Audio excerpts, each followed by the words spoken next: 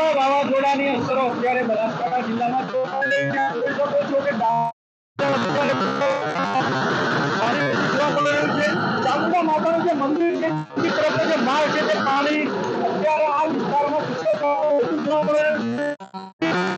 ગામ છે ગામ પાસે અત્યારે ચામુંડા માતાનું મંદિર આવેલું છે ત્યાં મંદિરનો જે માર્ગ છે તે મંદિરમાં જવાનો માર્ગ છે થઈ ગયો છે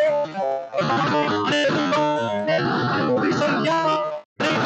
વરસાદ આ વિસ્તારમાં પડવાથી ભારે નદી નાળા સરકાર જોવા મળી રહ્યા છે. રાજકોટ ગુજરાત તક અંબાજી.